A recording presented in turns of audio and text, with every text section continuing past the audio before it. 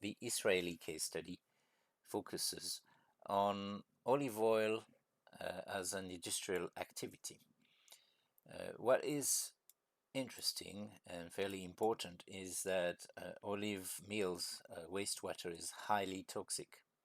Therefore, there are lots of parameters and which are about the different tolerances, how much wastewater can you release, what's the concentration of this wastewater in toxic producers, and also how do you transport it via truck, via some decentralized treatment unit, because the olive mills wastewater cannot be treated in domestic wastewater treatment plants.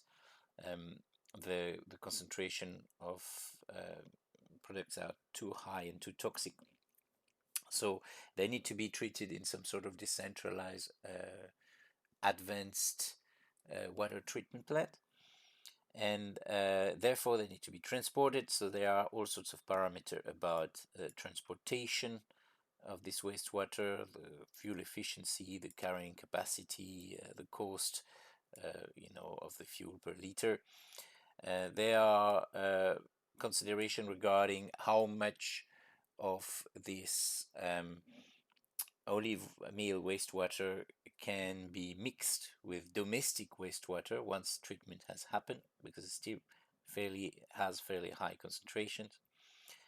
There is an part of the interface which deals with seasonal activity, because when you do olive meals processing, or when you do this wastewater treatment, they are quite these processes are quite dependent on the temperature.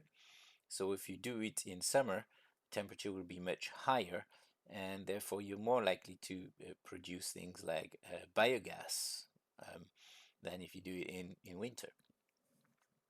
There is a part of the user interface that is dedicated to the selection of the olive meal, so you can see the corresponding result. So we have one olive meal selected here, and you can see for that particular olive meal what is the amount of transportation of wastewater that needs to be done, what's the annual cost in fuel, and you can see a comparison between the present location of a decentralized advanced wastewater treatment plant as opposed to a new site that would be located optimally. So the overall view is not just how to prevent disturbance in wastewater treatment, but also where to locate optimally the decentralized advanced wastewater treatment plant that would take away and deal with the toxic wastes of olive mills. Finally, there is an aspect of biogas generation and value added compound recovery. So you can switch that on.